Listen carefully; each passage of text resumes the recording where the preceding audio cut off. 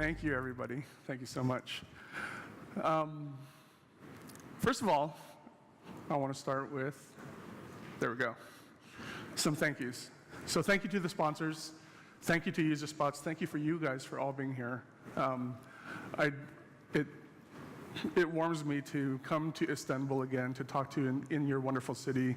I love this city. As a researcher, it's like one of the best cities you can come to. You have a diverse culture. You have people here that are wonderful, passionate, they're welcoming. But it's, this is not about Istanbul, this is about research. But I also want to thank the other speakers. They've all done a great job, so give them all a round of applause. They were all great. And thank you, John, because pretty much my whole speech is done now, so I will see you guys later. Now, so I like to start with a story. I like starting with stories. It gets you engaged. It's after lunch. You guys are all trying to get through that little bit of digestion in your system. So I want to tell you a story. December 7th, 1941. This was Pearl Harbor. Does anyone know about what happened in Pearl Harbor? Okay. So this is not a story about war. I'm not here to preach anything like that. But this was the entrance of the US into this terrible war. Pearl Harbor is located on the island of Oahu in Hawaii. And ironically, it's where I grew up. So I'm probably from the furthest point in the world that anyone else has traveled here today for this conference. Today it looks like this. Beautiful sunny beaches. Or, it could look like this. A little nicer. But a lot of it looks like this. This is Ka'ava Valley. This is how you say it in Hawaiian. It was the perfect location to set up military training camps. The jungle terrain was very similar to what the Americans were going to be facing in the Pacific, the conflict there. So they created these jungle training camps where they would train the soldiers, teach them how to fight in the jungle, et cetera, et cetera. We don't need to go into that stuff because that's not important. What is important is it's in the middle of nowhere. So this is Hawaii. There's Kahana Bay. It's one of the most remote areas in the world. But again, I was saying, this is a talk about innovation and optimization. This isn't talk about war or anything like that. So what can a jungle and a war have to do with innovation? In 1943, Lee's Jungle Wagon opened in Kahana Bay, in that same bay that I was showing you. My grandparents. This is actually a real picture from their food truck. My grandparents opened this food truck, and in 1 year's time, they netted over $30,000 in profit. And this is a time when houses costed $3,000. So how was that innovative? First, this is kind of like my idea of what innovation is. First, there was the opportunity. The US government sent over 1 million soldiers to Hawaii to be stationed there to learn how to fight in the jungles. And the idea was to bring the comforts of home to them. So my grandparents, what they did was they sold hot dogs, they sold hamburgers, they sold Coca-Cola. This is, remember, from that map, it's like 2 hours from any big city anywhere in the world.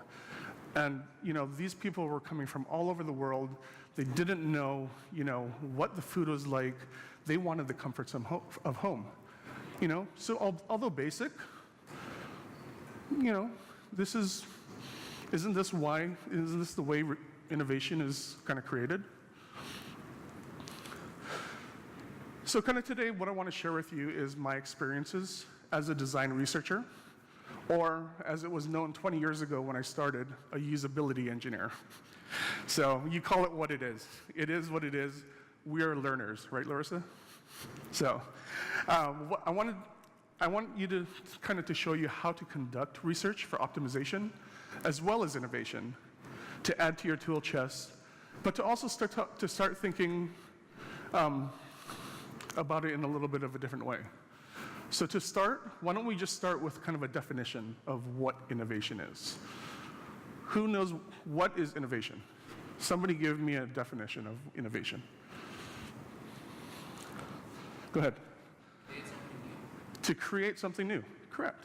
Any others? Is that right? It's very good. I like to look at it as a new idea, a new device, or a new method, if you look at Wikipedia. So exactly right. Creating something new. Yes? So I was going to say it has also to be adopted by the whole society or groups of people. What was that? It has to be adopted by groups of by society. Yes, definitely. And so exactly what we're talking about is a generation ago, this was innovative. We can debate this all we want.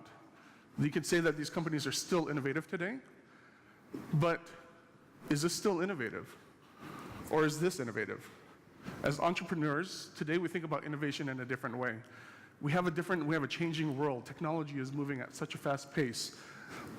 We see people interacting with products totally different.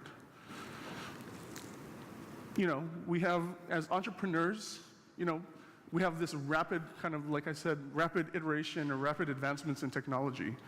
And today's millennials, which I'm not a part of, they look at products in a different way. This is my first computer. It was an Apple IIe, 1982. Anyone know what that is? That was even before the Mac.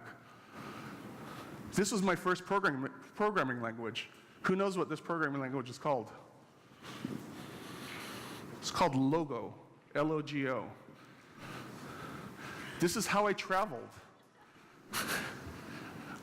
What is it? Oregon Trail, one of the first computer games. This is how I first saw the world for the first time. It was Carmen Sandiego. Today's millennials, they are growing up with this. They've never had a device that they have never been able to touch. Everything's touch-enabled. You see kids today, little kids walk up to the TV and they start touching it because they expect it to react to them. They're looking at things, they're interacting with technology and products in a whole different way. They're never going to see a world of this. This is a card catalog. I don't know if they exist anymore. They must exist in some libraries around the world, but not many. Or do research like this. Who knows what this is? A microfiche. This was before Google. This was before actually turning on your computer, typing in a search term. We actually had to find a newspaper in a book, find that little piece of plastic there, put it under that file, take a look at it. Look at the classrooms today. It's no wonder that companies are trying, especially startups, they're trying to focus on innovation and how they can solve problems in a new way. I'm not saying that Facebook is right, but maybe they are. Now we're getting away from even touch and we're going into speech. We're going into, what are they called? Message bots? Or something like that? So who knows how far this is going to take us? But what about optimization? Is that a bad word? Should we just focus on that innovation side? Definitely not. And this is going to be a contentious part of the speech, so I want questions. But remember this thing, this is the old product lifecycle. Introduction, growth, maturity, decline, that sort of thing. One can be said, this is true, definitely for innovative products starting out. I like to look at the product lifecycle in a different way. I look at it as a cyclical thing, where you innovate, and then you optimize, and then you innovate again, and then you optimize. You keep going back and forth, and it helps to keep the product relevant longer and continue the success of organizations. So it's a simplistic way of saying that optimization is needed, but to keep the product enhanced and up to date, up to date, but remember this. Companies need to continue to focus on innovation to stay relevant. This is a documentary that was in 2006. It's called Who Killed the American Car? The reason why I bring this up is this is what I consider a failure of non-innovation. What this documentary talks about is how the American car companies killed the first American car, like literally killed the first American car. They took all of the electric cars out on the market and they destroyed them because they were so afraid of innovation. They thought, hey, we're GM, we're Chevrolet, we're these big American car companies, we're too big to fail. There's no way that we could fail. In the end, what happened was in 2008, all of them went bankrupt. Entry, Tesla. They're able to enter this market. They're innovative. They're thinking about products in a different way. You know, don't forget, sorry, this thing is not staying on properly. Don't forget about the innovation as opposed to only optimization. So, done. Let's talk about some case studies so you can actually get some real work or some real work that I've done to show you how this works. I used to work for Booking.com. I was the senior researcher on the mobile apps team. This happens to be the desktop page. But this is the wonderful hotel that we're in right now. To be honest, we can debate this, but it's not a very pretty site. We can say it's pretty ugly. Theo, you probably would agree. Although ugly, you can thank optimization for all of these wonderful things. Does this have this one doesn't have a laser pointer. Up on the top, prices in Dusseldorf for your dates have been going up over the past 6 days. Great rates for your dates appear in the value deal icon. Who likes that? Who hates that? Who is annoyed by that? That is a product of optimization. That was an idea that we had. And we tested it, and we optimized, and we tested and tested and tested. It may look ugly, it may annoy the heck out of you, but it actually makes more money. Also, there's psychological influencers. In high demand, only 5 rooms left on our site. Is that true? I don't know. It is, actually, it is true. But, and I don't want to disparage Booking.com as my former employer, but it is true that they only have 5 rooms left on the site. But they all were conclusively positive. They were all optimized, an idea that was created, that was tested over time, and they actually make more money. But you also have to be careful. You'll have things like this, where it says at the bottom of the page, important information. Please note that check-in and check-out is at Bahnstrasse 76 in Dusseldorf. So this is about 500 meters away from the apartment. And because you optimize, sometimes you can lose the bigger picture. So then you have things like this, where people are creating workarounds to get their point across, even though that is the most important information. If I'm going to stay at the Burns Hotel in Dusseldorf, and I get to the apartment with the address located, and I can't get into the apartment, is that a good experience? I don't know. So some key takeaways of when you're looking at optimization, the way I like to do the research is to do it with naturalistic testing that is also non-task-based, and understanding the issues or the stories. So what does that mean? This is my discussion guide. The benefits of this is that it lets the user interact with the product how they would. The drawback of this method is that you really need to know your product. So as a moderator and as a researcher, some would say that this is probably the easiest way to do research, but in actuality, it's actually the hardest.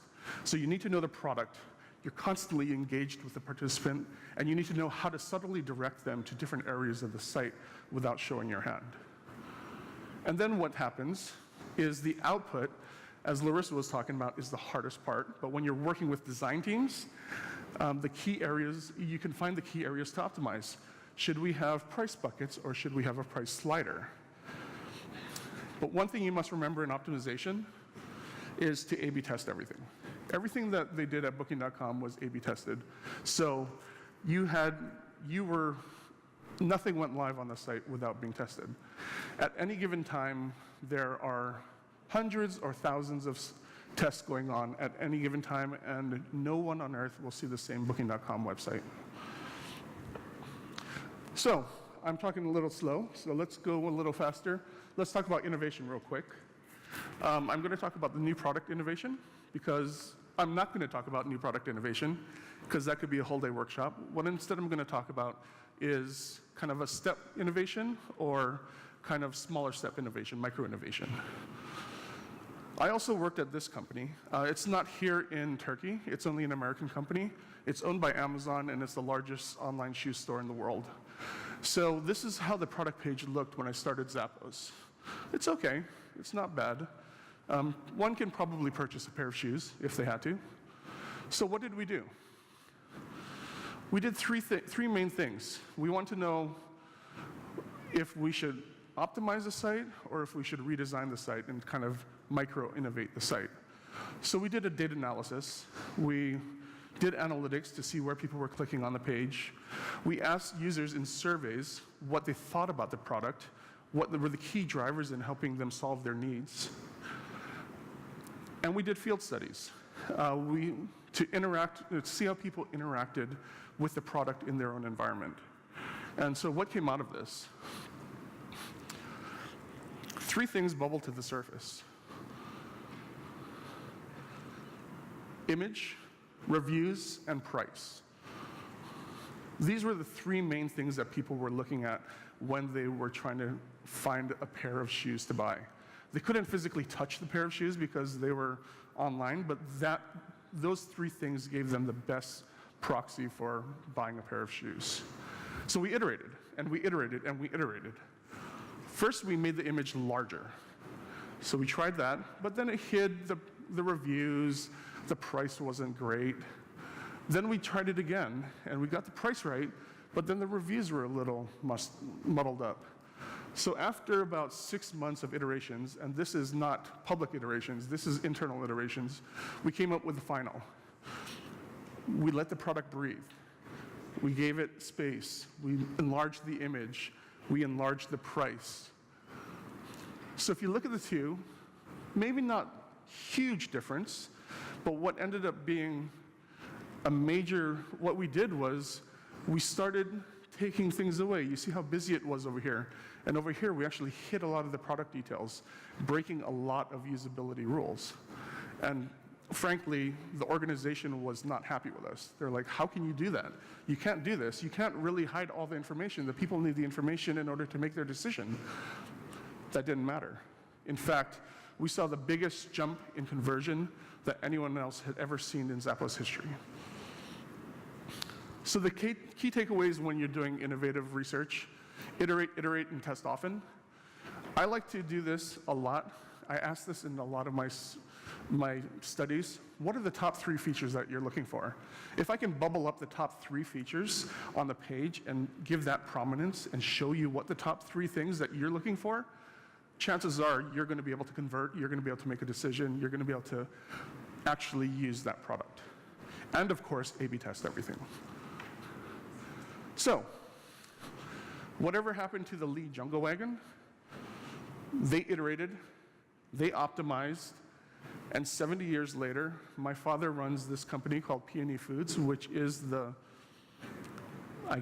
spin-off of the original jungle wagon and is the major food distributor in Hawaii. So it can work, and it does work, and this is the proof. Thanks.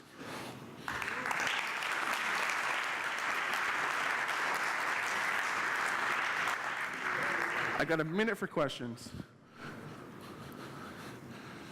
Go ahead. Do you sometimes have the feeling that requirements by the company and by the users may be opposed to each other? Like in the example of Booking.com, Yes. that it increases conversion, but it may annoy the users? As the user researcher, that's something that you deal with every day, and that's something that you struggle with. What is actually in benefit to the user versus the business goals. You're always fighting for the user, so 9 times out of 10, you're trying to get what the user wants out better. But if you can actually give them a better view of the product, or they're going to be more likely to book and be happy with their booking, you can't really say that you displease them. So yes, definitely yes, but you have to also look at that larger picture. Cool. Anyone else? Oh, sorry. Go ahead. Going back to the electric car, Yes. if there was a film about it, and, That was the film, yes. and it's about the petrol lobby kind of put pressure and killed it. Yeah, there's basically. a lot of other hidden parts of that story that I didn't express, but yeah. It wasn't the innovation per se; it was rather vested interest that prevented from developing, if I'm not mistaken. Contentiously, yeah, yeah. But if you generalize it, sometimes can innovation be held in its place or deleted somehow by groups, by lobbies, or by whatever? Probably, but I was trying to make the point of not doing. I know. Yeah, not doing the innovation can lead to success or failure. No, it's just a point of interest. Cool. One last one or no? One last question? Yeah. At Zappos, you said you made internal iterations. What do you mean by internal? Sorry, I missed the context of presentation. Internal iterations, so we never launched the product. All the iterative processes and iterative steps that you saw here were tested in user testing, but we never launched those products. We never A/B tested those products. What we did was we did rapid iterations where we would, pretty much what other people were talking about here, where we design, test, design, test, design, test. I see, thank you. Cool, thank you. Oh, you have the mic, go. Regarding the last example you showed us, Zappos, the development you did for the e-commerce site, you said there was kind of resistance from the company regarding why not to show the description and the whole stuff. So how did you fight for your idea regarding the user's needs actually? That was really done through a lot of video and through a lot of storytelling with the executive teams. We presented to over 30 different teams at Zappos to show them that this was a productive change to the product page. And it took about 2 months to convince all of them to actually let us test it with a live version. Yeah. Thank you. Thank you. Thank you so much.